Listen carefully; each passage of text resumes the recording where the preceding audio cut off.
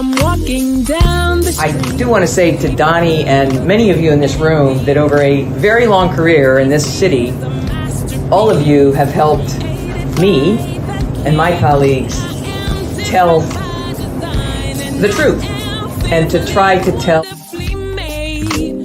I may not look like you and you me, but Take my hat off. I'm from South Carolina, so I just... What does this event mean to you, Miss Peggy Mars? Oh, my heart. Happy 20th anniversary. My heart is about loving up on my sisters. Do you know what it feels like to have your sisters in the room? John.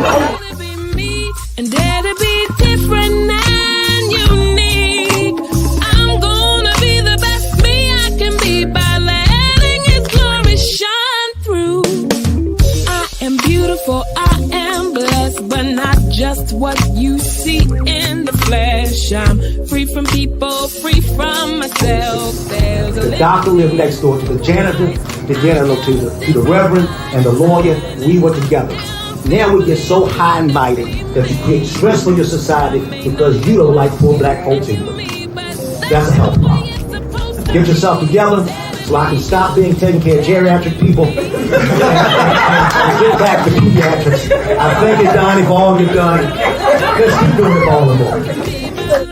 Letting His glory shine through. Dare to be you, dare to be me, dare to be different and unique. I'm gonna be the best me I can be by letting His glory shine through. And I dare you, I dare you, I dare you to be you. First name's Doni, last name's Glover. In it to win it for the long haul, baby. We got my dear friend, my wing woman, Marsha Hey. Jews. How you doing? Oh, I am wonderful. Still standing and grateful. Praise the Lord. Praise the Lord. Mm-hmm. What have you been up to? Trying to just keep it straight. Everything's been going on around everywhere, man. Folks calling me from the Midwest and Indiana and down south, Louisiana, and just trying to keep everybody in order. And I can't be in 900 places at one time. So we just gonna do One thing at a time. Mm-hmm. What else have you been up to? Oh, just trying to make certain that all the things that we are interested in maintaining. I have a whole thing with these books, so I'm reading a new book that I've received. So we're really excited about that. We've got a little segment that we do with the authors. And so, other than that, you have Omar Tyree coming? no, we already did that. We were at the Enoch Pratt Library, and Right, put your camera on. in their auditorium, which was really wonderful. All right, wait. He's a great go ahead. guy. No, it was a lot of fun. Great guy, and the audience was wonderful. So that was the first time I've ever hosted live in. Hi, Maria. How you doing? Good morning. Good morning. How are you today? Great. Still standing. I hear you. I'm right there beside you. Marsha, let me share with you that Maria Thorpe is a Naval Air Systems Command Director of Human Systems Engineering. That's a huge title. My God. Graduate of the Leaderships of Southern Maryland, Federal Executive Institute, National Defense University, Industrial College of the Armed Forces, with a Master of Science in National Resource Strategy, Pennsylvania State University with the Master of Engineering Science degree, graduate of Drexel in Philadelphia with a bachelor's in electrical engineering. How's that for high power, Marsha? Oh, I already knew when I saw that doggone Vita. And let me just say this. She's over in the Navy, so you probably know some of our buddies over there, Admiral Watson and some of those folks. Absolutely. I know you do. This is wonderful. Yes, I'm so happy to be here. And Marsha, I was surprised to see you, but excited as well, because I remember our discussions at Women of Color. Yes, and it's coming up in October. Are you going to be in Detroit? I'm going to do my best to be there, as they say, God willing. God will. Okay, so I'm gonna look for you. We're really Okay. excited about this. The Women of Color. It's a STEM conference, Yes. but we are now talking 20-something years for the women of color. Yes. Yes. Isn't that something? I think it's can't 20. believe it. I know. I know. I don't want to mention, but I remember when Dr. Taborn did the very first one, I think it was the first one in Washington, D.C. And I was recognized as Woman of Color, outstanding the leader in Navy or something, but it was such a beautiful event. It was just amazing to be a part of that. That was the first one because that was at the Willard Hotel. Yes. So you were one of the founding sisters that were there. For real, girl, for real. I love it. It's been a long time. Yes, yes. I won't go back much farther. When I met, got introduced, I shared a little bit of this with Doni, telling, I was a college, I think junior or senior at Drexel University. And some of my friends were like, we heard of this conference, it's in Baltimore, and you've got to be there. And I'm like, why? And they were like, this is everything what I was saying. But, we made our way down there, my now husband and I, and we were just so excited to be in the room, to be in Baltimore, to be amongst so many folks that looked like us with, technical degrees, looking for an opportunity to, share with the world what they had to give. And that was really huge because that we had been noticing was the Black Engineer of the Year Awards conference. We weren't seeing the numbers of women of color who were on the stage. We weren't seeing them. Yes. And so how do you bring all of that intelligence, right? Intellectual commerce into one room with all of these women? And we were giddy and still are like little girls. Yes, it's so exciting. I'm just so impressed to be in the room and to be around, to see the development of our sisters in this space.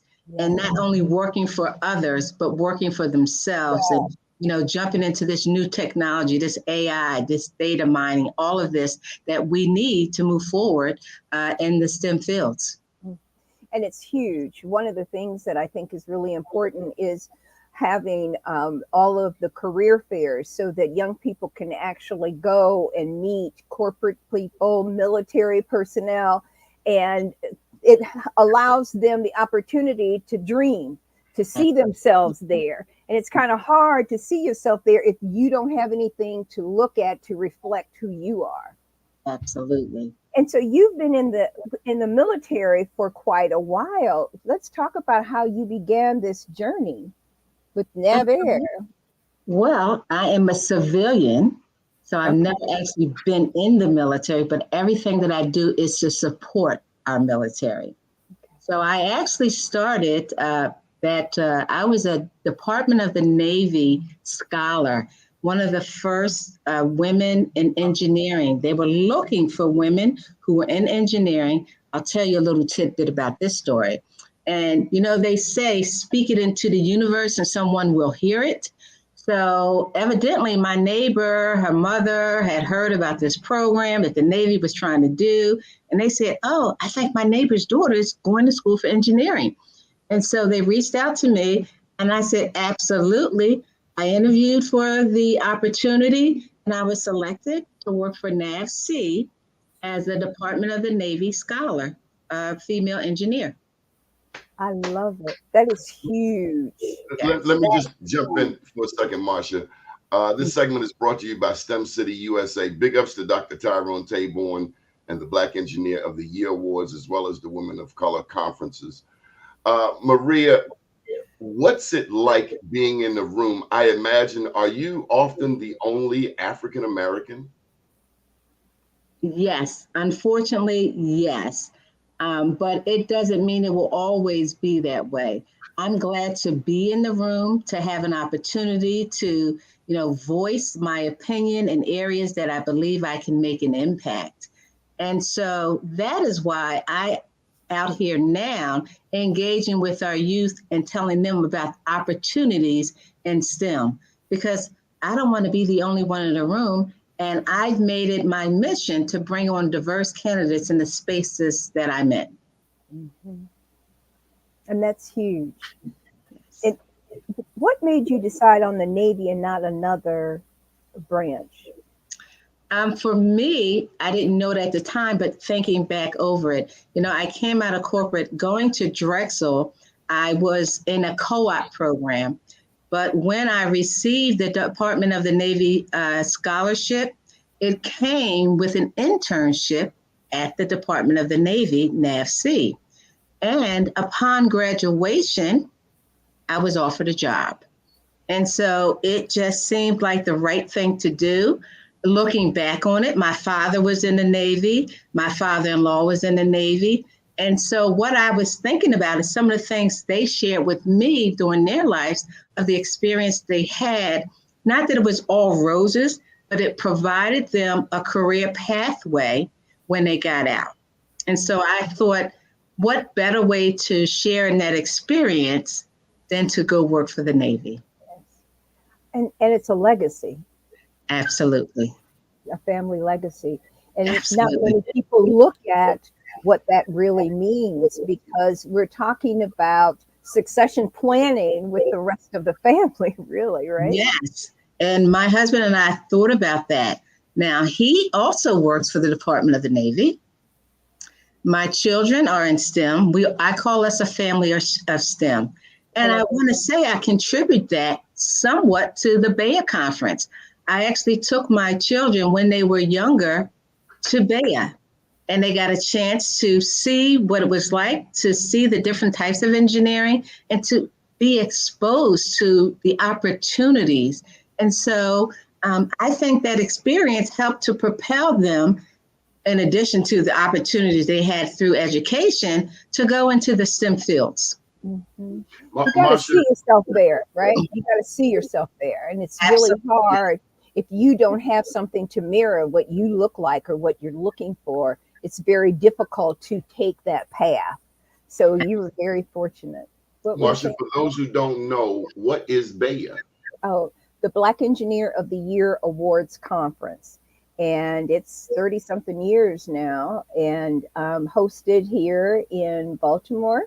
So we're very excited. We're back. The organization had been in DC for a while, but now we're back in the home front. And the offices for Career Communications Group, the founders, are right here in Baltimore. So it's really wonderful to be able to watch the company grow and to watch people such as yourselves grow in your careers for years to watch this.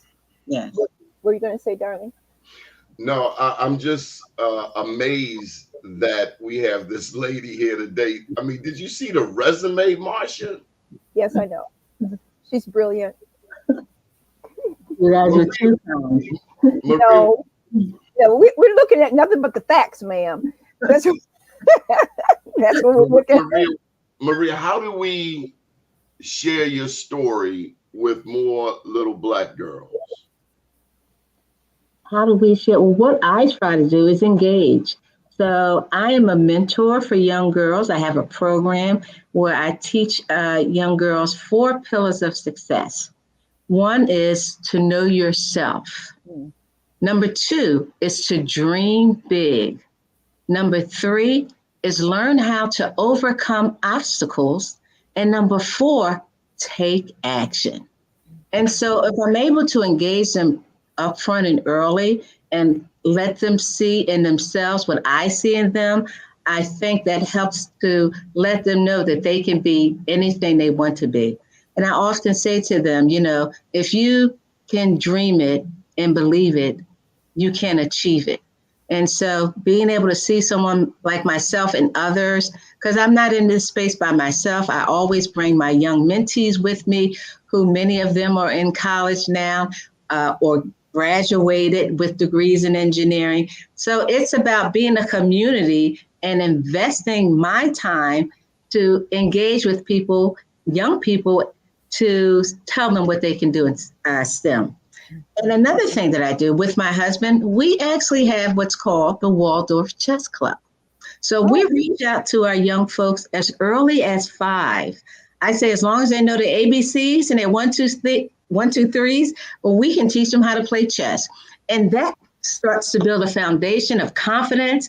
It teaches them how to strategically think, how to plan, and just understand the possibilities that lay ahead of them. That's huge. Marie, what was impressive to you about BEYA?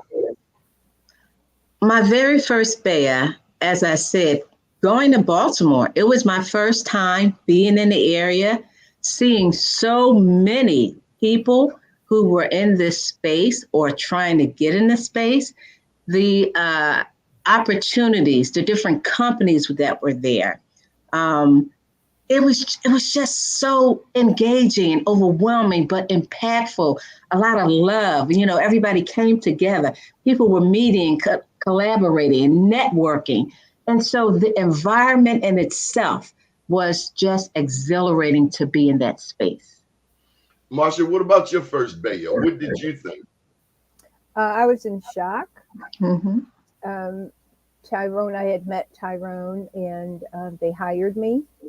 And at that time, the Black engineer was in Baltimore. And walking in there was really amazing. And I had been working with the Marine Corps League, and they had the modern day Marine Force and Readiness Military Exposition. So I had just come from that to Baltimore, and to see some of the same companies that were in DC, and now then looking at them being in Baltimore was huge. And it's such a great opportunity for young people to have conversations, because there are booths, tanks, helicopters actually are brought into each one of those exhibit halls. And so they get to have a whole introduction of not only military, but corporate. And it takes over the whole exhibit hall, which is probably about 4 or 5 different rooms. And so, you know, these are opportunities that our young people must attend. Our schools must be involved, and the kids all need to go, because we're going to be back in February. And so you've got to make certain that we're all in line and focused on those dates, so that we can make certain that our schools and our other institutions can participate. I think it's one of the life-changing experiences that you could ever have as a child. Looking, you know, small child in the 5th grade or whatever, and you're looking up and you're seeing literally seeing helicopters, literally seeing tanks, literally having somebody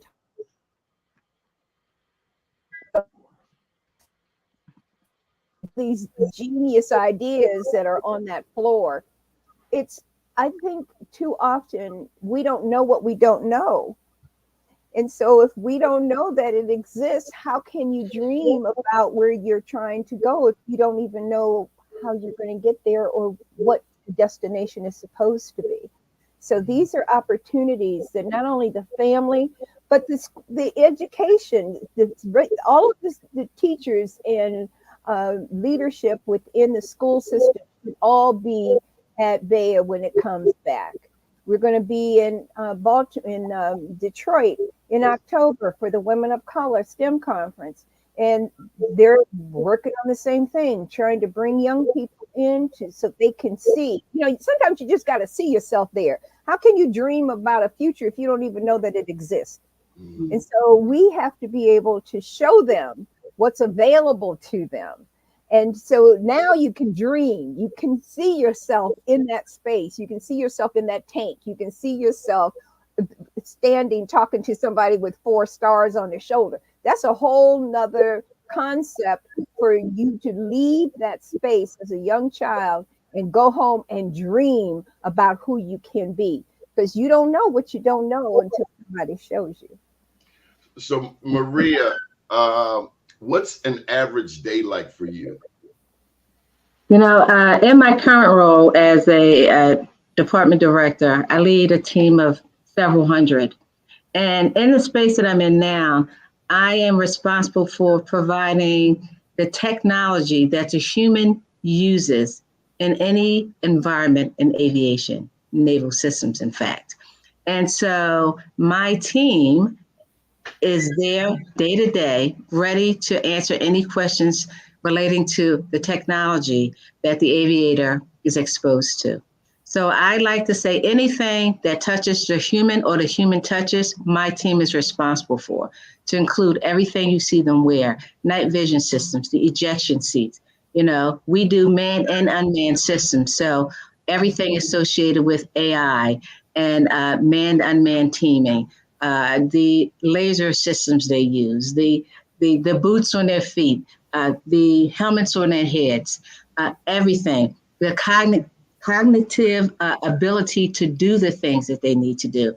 So my staff not only consists of almost every engineer you could think of, but we have technicians, and I have a complement of scientists, including medical doctors, psychologists, neurologists, physiologists. So just everything that it takes to take care of a human in this weapon system that they have to engage in, my team is responsible for that. So with over 25 labs in my care, I don't have a day that's the same any day.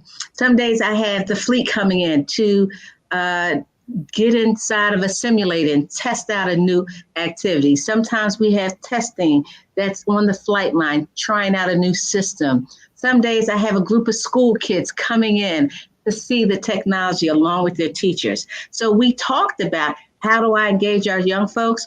Being available to share with them a day in the life of an engineer, going into the schools and bringing some of my products with them, bringing them into my laboratories and having them work alongside some of my engineers so they can see themselves and the opportunities that can be available for them. So I am engaged not only in my technical side, but I call myself a community advocate for STEM. So I'm a part of the recruitment team for our organization. I'm out there at BEYA, at Women of Color, looking for new talent. I'm out in the schools, talking about it with our teachers and our students, and just collaborating across the community. And I noticed, Doni, in your opening, you had Peggy Morris there. I'm also a member of Sisters for Sisters Network. What? Oh, I haven't been involved in a while, but yes, right, girl, we're going to have to really circle back. Absolutely. Amazing. And I'm happy to be part of that group. Additionally, I look out for our mothers. So I am the president of the Maryland chapter of American Mothers, where I engage our women and young girls, you know, get them young, help our families, help our mothers do what they need to do. And my organization is a part of the organization who did what? Created Mother's Day. And so I recently just announced the 2024 Maryland Mother of the Year, received her citation from Governor Moore, recognizing her as such. And Miss Charlene Day, or should I say Dr. Day, is our Maryland Mother of the Year. So we can talk about that perhaps at another time. But yes, I love it. That's huge. Yes. Mm-hmm. That's huge. You know, go ahead, Marsha. No, go ahead. What's significant? I mean, I can't let you skate over and not touch on Sisters for Sisters Network Incorporated. Yeah. What does it mean to have a network like that available? How do I describe it? You know, with a leader like Peggy, she is there to support the sisters. You will find her at any event that the sisters are having, engaging in the community. So being able to have a group of women who are so invested, not only in themselves, in their businesses, but in the community. I support the education part of Sisters for Sisters. They have 4 pillars, you know, entrepreneurship, education, health, wellness. And so in doing that, I bring my STEM into that environment. They have a wonderful, wonderful, I can't say it enough, scholarship program that this year we actually brought to Baltimore and gave out over $11 million in scholarships to our Baltimore students. We brought it back here to Prince George's County, where we did another $10 to $11 million in scholarships for our students. So it just seems like a fit to be able to come into that space with those women, with those leaders, and support even more of our community. I love it. Maria, do you ever, what about our young Black boys? Yes. Now, I don't forget young Black boys. I am the mother of 2 young Black boys. So I'm talking about the girls because we need more of them. But my Black boys, they have their father and they were engaged. As I mentioned earlier, they were with me and my husband when we were at BEYA. They were involved in STEM activities when they were younger. And so what I do now under the ONR, HBCUMI, which I'm the program manager for Navy, I'm looking for internships for our college students to come work for the Navy.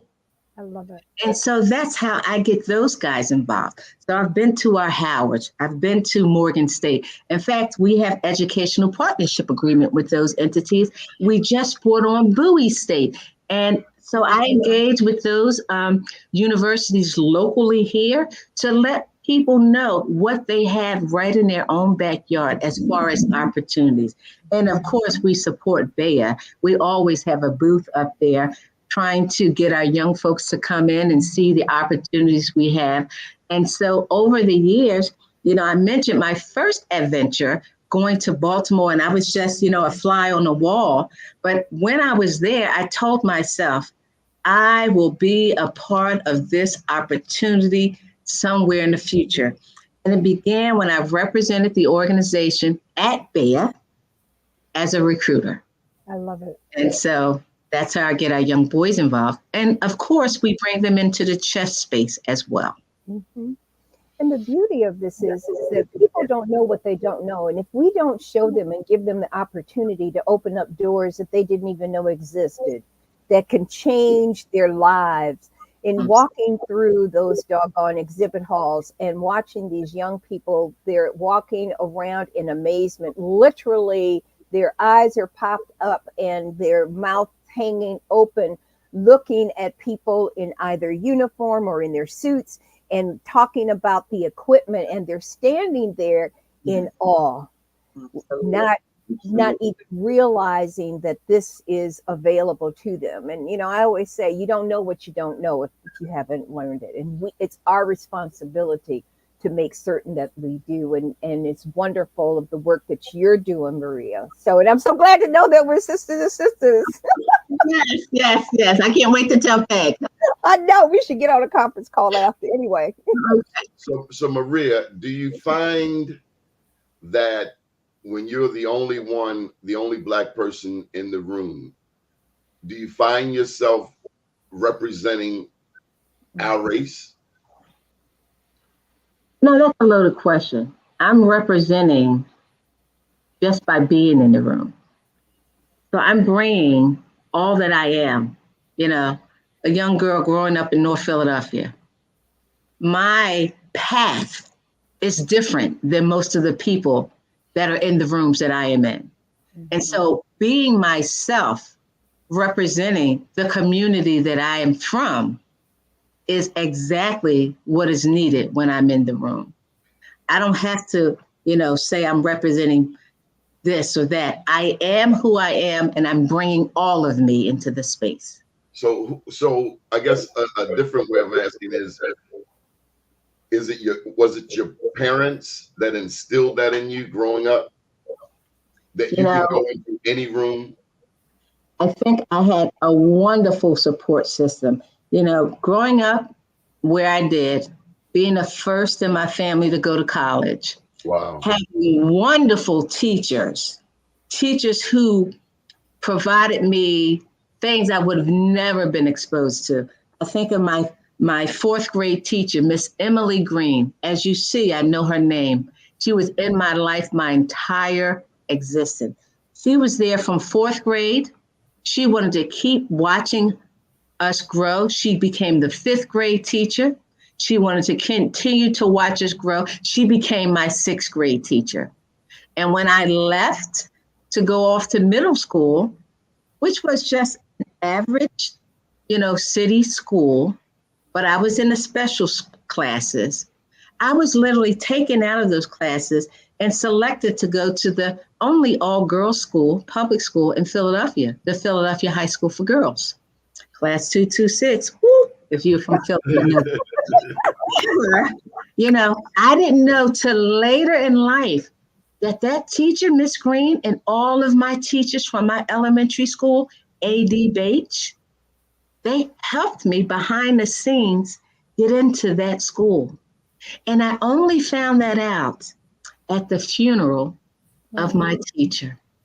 So imagine having that type of support without you even knowing it, helping you propel into the person you are today. And, I'm talking about women. I call them the women of my life. This is my mother, my grandmother, my aunties, my cousins. I had stories of what they all have brought to me into my life. My mother didn't graduate from high school, but she made sure that all of her children did just that, graduate from high school. And as mentioned, I was the first one to go to college, but I wasn't the last because my brothers behind me, they went right to school as well. And so all of that is who I bring into the spaces that I come into. Maria, how do we make engineering more appealing to young people? Because it just the name can be intimidating. But how do we make calculus, for instance, less intimidating to our young people? I mean, I have my thoughts, but I wanted to hear yours.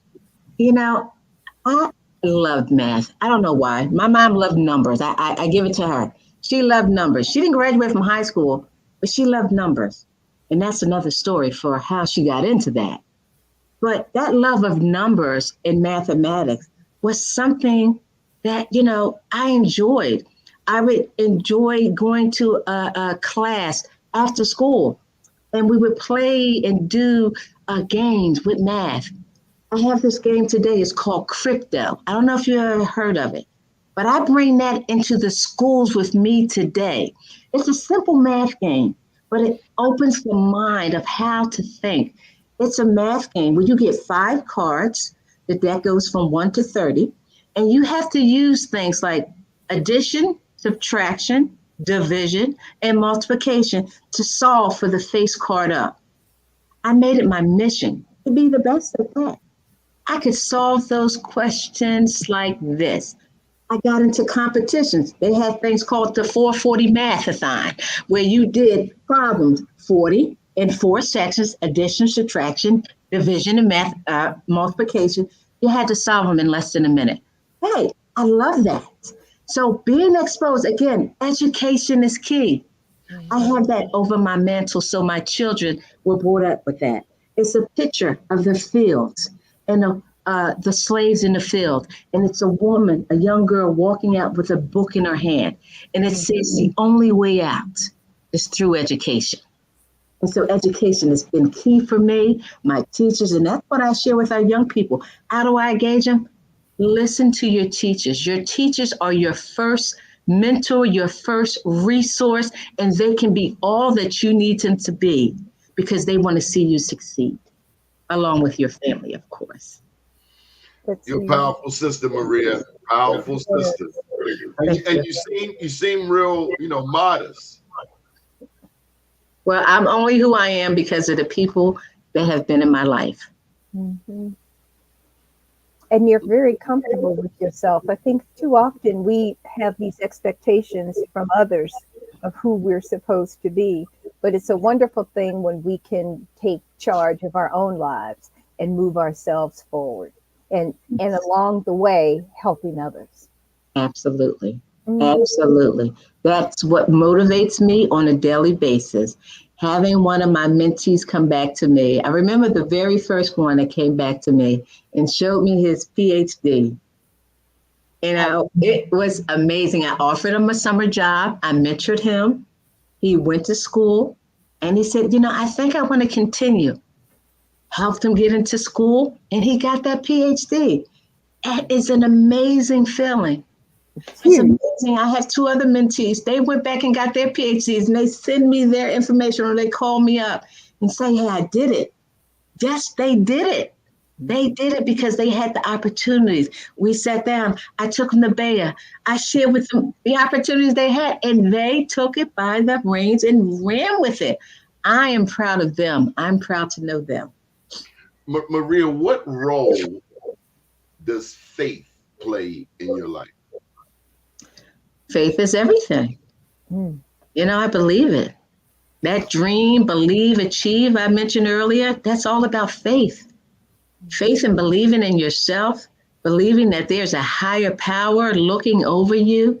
I can't do any of this by myself. And I think the opportunities that I have been given, exposed to, accepted, was because someone greater than I had an eye. They put people in my way. I say in my way because I'm going to stop and have a talk with them. They put people around me to protect me. They put people where I needed to be when I needed them. This was not an easy journey, but it was an exciting journey. What were the challenges? Okay, a little Black girl growing up in North Philly. My mom and dad weren't together, but the women of my life told me education was key. Sitting around the kitchen table is where I got my knowledge. Listening when they allowed me to sit at the table, the grown-up table. Being involved in family. What was challenging was, how was I going to get there? You know, when I said I want to be an engineer, the first thing my mom said was, what, you're going to do, be a train conductor? They didn't know what that was. I didn't have anybody. But guess what I had? I had those teachers. And when I spoke that into the universe, I was offered an opportunity. And I believe 7th grade, called PRIME, Philadelphia Regional Introduction for Minorities to Engineering. That was a program, an after-school program that I went to that exposed me to the different type of engineering. And every summer from high school, I was in a different university locally. So I spent time at Temple, at Drexel, at Villanova, being exposed to what engineers do. And as you mentioned earlier, I selected one of those schools upon graduating from high school, and I went to Drexel University. Why? Because someone said I couldn't. They said, you couldn't go there. That school is too difficult. You don't have what it takes. They don't know. They didn't know. I thought they knew me, but you know, they didn't. My very first book that I wrote, called Unleash Your Superpower, my story was a collaborative book. And, you know, being from the Navy, I had to create an acronym. And the acronym for the title of my chapter is called PAID. You know, a little play on word, getting paid. But PAID stood for something. It stood for positive attitude with intense determination. And so that's what I do. I'm intentional about what I do, and I'm determined to do it. So when you put your mind to it, as they say, get it done. You fill yourself and your space with the appropriate people that can help you, because you can't do any of this alone. Right. And opportunities seem to come into my space. And so that's where my teachers play. So that's what I share with the students. Don't let these teachers get by you. They are here in your life for a reason. And you need to make certain you take advantage of it. Marcia, you've interviewed a lot of BEYA awardees. Yes. When you hear a Maria story, is it common? I mean, I saw you last, at the last BEYA, you were interviewing these high power people. And I imagine everybody's got a spectacular resume, a spectacular bio. Help me out. Is Maria the norm? In some cases, there's So a lot. Maria, Well, let me say this to you, just for an interruption that I think is really important. I used to set up military exhibits for the Marine Corps, the modern day Marine Force and Readiness Military Exposition. So, and was very active with that with the Capitol Marines as well. And so she'll appreciate that because it's Navy, Marine Corps. Yes, I'm familiar with that. Oh, great. And so in just that, in doing that exposition at the Sheraton Washington Hotel, that was 100 years ago when I was doing that. I didn't see a lot of us working, people who were employees of defense contractors. We didn't see a lot of people standing there that looked like us. We didn't see a lot of people on the stage getting an award. And what's necessary is a Black Engineer of the Year award and the Women of Color STEM conference to allow us to be able, in our community, to, I call it letting my brain breathe, that my brain can be open to absorb all of this information because it's not easily accessible. And what we have to do is make certain that we have all of our colleges and high schools sending their children to these programs. If you can't see yourself there, how can you get there? And that's why these institutions are so important. That's why you're so important just here today, because he can take that link, I can take that link and send it to everybody. Those are the kinds of things that we're supposed to do. We've got to each one teach one. Absolutely. And we have to be in the position to make certain that they know what they can do. But if you can't see yourself there, if you don't have anything to look at as an example, and your whole life is looking at something that's dreary and closed and dark, then it's hard to get there. So conversations like this, Doni, thank you. And these conferences are huge. And what we need is to make certain that this link gets to everybody. These experiences get to everybody, to the churches, to the high schools, to the leadership of these organizations. We need more engineers, female and of color. And how do we do that to keep that growing and to continue to grow and thrive? Maria, I can see the wheels turning there. What do you want to say? Absolutely right. I mean, if I've done nothing else, I try to go in spaces where, people need to see us. And now that my sons have both graduated with STEM degrees, I'm taking them. And you ask what I do for young Black men, that's the thing I do for them. I let them see what they can be. And I also do that through BEYA with the BEYA Sustained Mentoring Program. So I've been a guest speaker at the schools when I'm requested. And recently, both of my sons have been speakers, telling them about how it is for them to be in the STEM space, what it was like to go through college. They both graduated from the University of Maryland, Baltimore County with Dr. Hrabowski. Yep, free man. Yes, absolutely. And now the new president. Mm-hmm. She's wonderful. She is awesome. I've had a chance to chat with her. And it's having that opportunity to be in those spaces. I can't say it enough.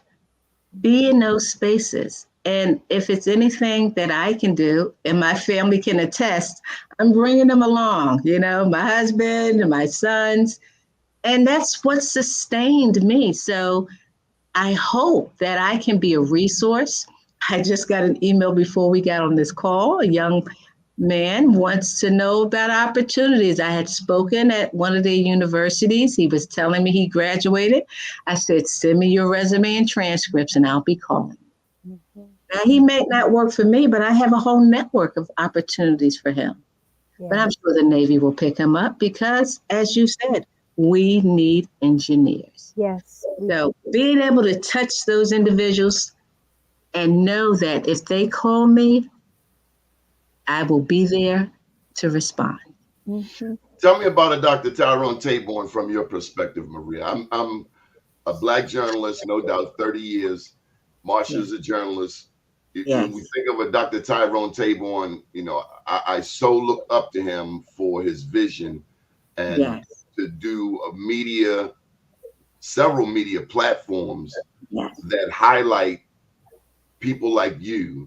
Tell me about it, Dr. Taborn. Dr. Taborn, what do I say? I mean, awesome foresight, a thinker. He is what we needed in this community when we didn't know that we needed him.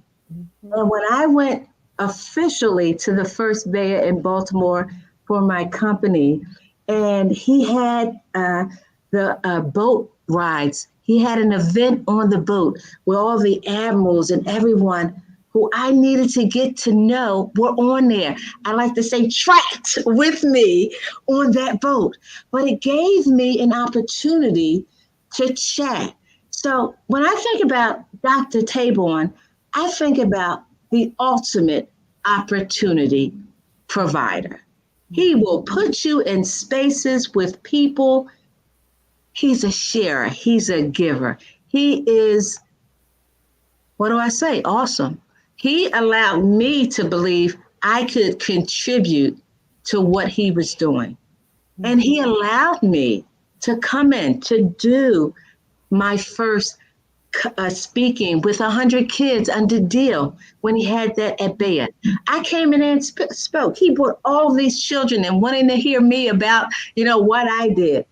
Awesome. He makes opportunities. He creates them. He involves you. He's ultimate opportunity. And if you look at my LinkedIn comments, what do you see? I've always put at the top, opportunity. It's an opportunity. It's a job opportunity. It's an educational opportunity. It's an opportunity for you to do whatever it is you're looking for. And so that's what I see when I see Dr. Taborn. He's a man that makes opportunities and he makes the impossible possible, because I remember him talking about his vision at one of the BEYAs. He came up and he spoke to, I had some of our senior leaders, and he was talking to them about how he thought Navy could be involved. And he talked about, it wasn't called STEM City. He talked about this virtual metaverse and how he was going to bring this. And, people were like, okay. But, we were there supporting him in the background. We were cheering him on. And when STEM City came to light, I think I was the first one to get my account because I was waiting because I had heard. It was such an exciting experience. And he's an experience maker. How many places do you know where we as Black engineers get recognized on the stage like the Academy Awards? Yep. That's who we are. We're honored. We're recognized. We're seen for what we do, what we contribute. And it is an awesome experience. And every time I've been there, it has been better than the last time. And so, and its sister, the Women of Color Conference, that right there was based on all of these incredible women from these organizations sitting around talking about what all the women should be doing. Yes. And we sat up there in that hotel and created the Women of Color Conference. Yes, he did. And I was so excited. And when I saw that announcement to come out for looking for nominees, woo! I couldn't get to my boss fast enough. Right.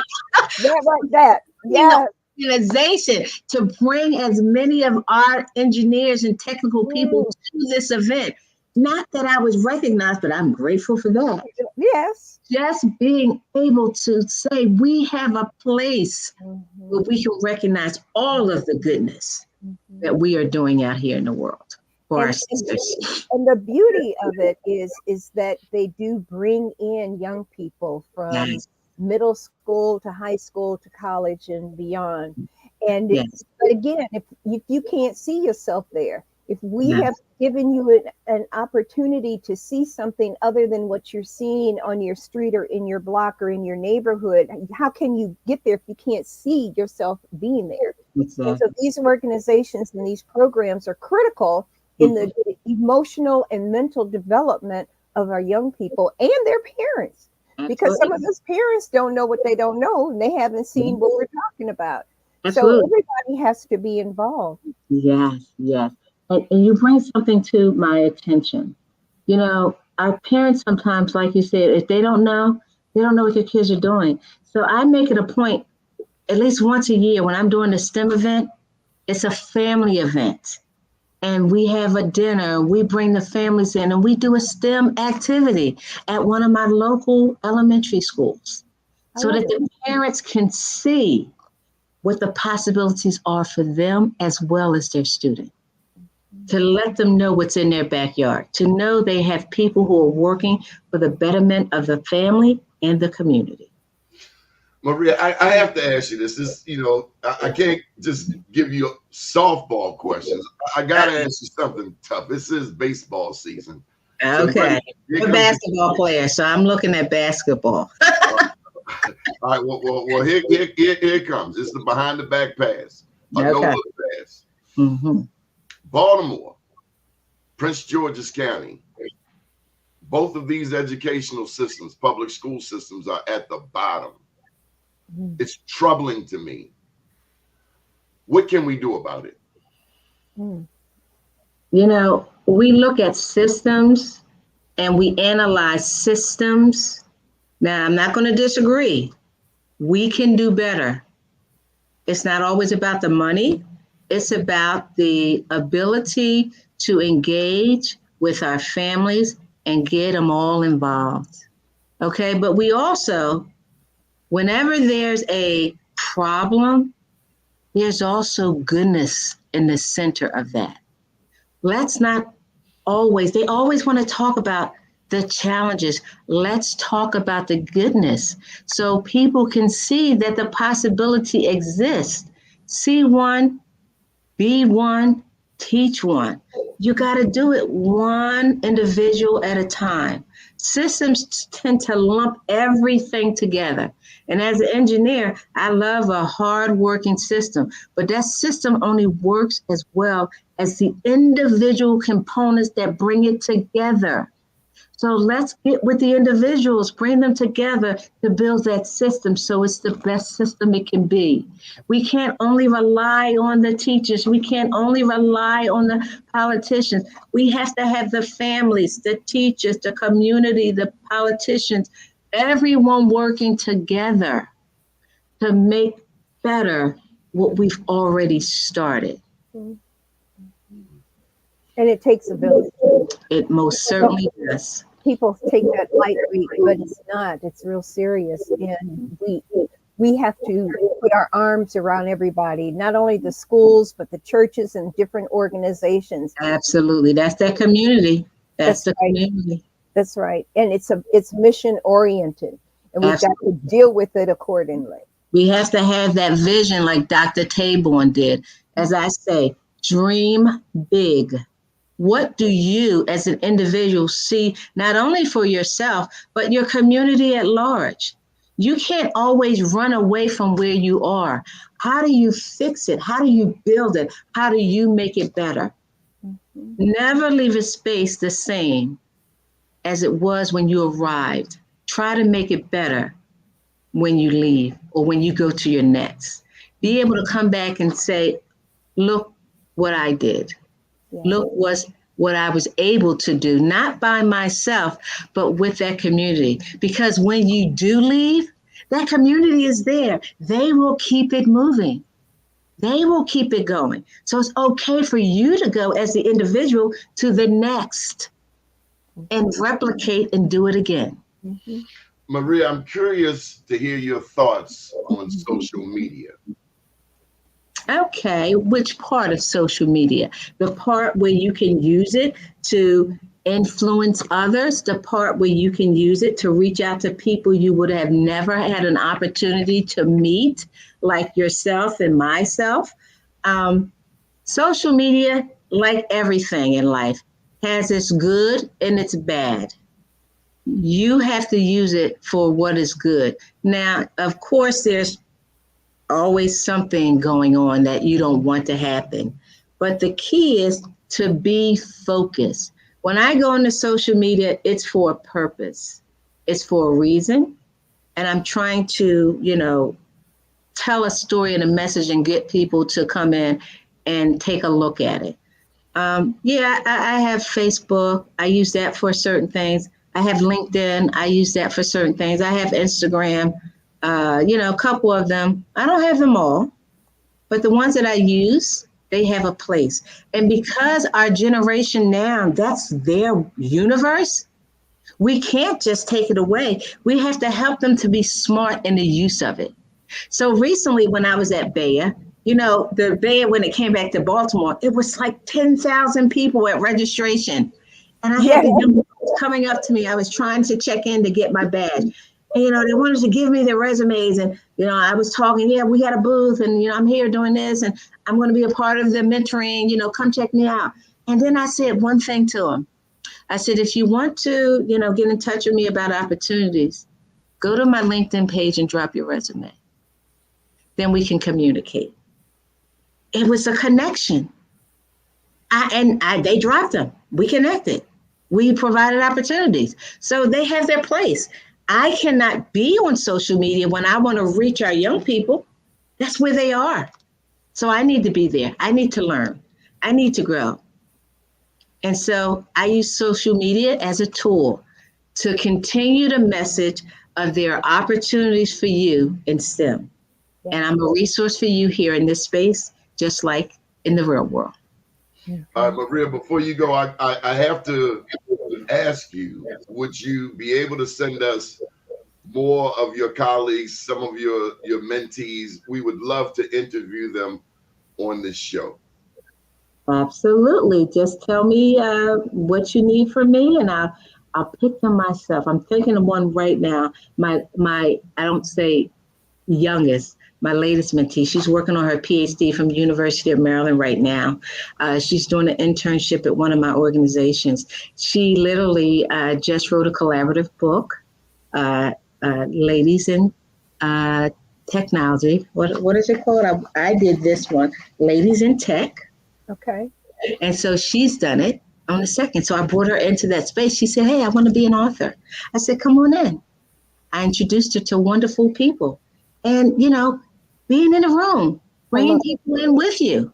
Yes. So yeah, got lots. I just had a young lady I took to me to the HBCU conference where the chief of naval operations and the chief of naval research was there, telling her experience of her internship in my organization and graduating from North Carolina A&T with her master's degree in engineering. Okay, so I bring them. I don't keep them in the background. They need to be seen. So absolutely, I would love to share these wonderful individuals, to include my sons if they like. I have one shy son and one son that's like out there who's ready to be in front of the screen. And, you get different people. Yes. They're brilliant in their own mind. All of our young people are brilliant. All we have to do is provide them the opportunity, as Marcia said, to see themselves in the spaces that we know they can be in. That's exactly right. And some people don't know what they don't know. So we have to make certain that we pass on that information. Yes. So I'm hoping that we're going to see you in Detroit in October.